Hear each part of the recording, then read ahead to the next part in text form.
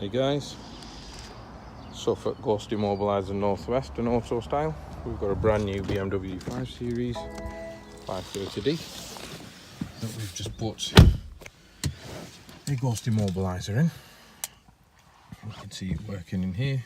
So we're in the car, ignition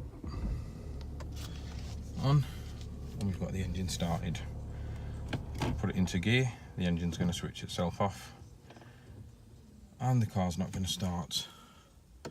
What I've then got to do is get the ignition back on,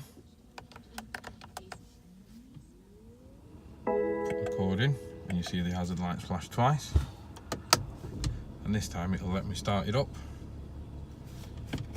and put it into gear without it switching off, no problems whatsoever. That's all, thanks.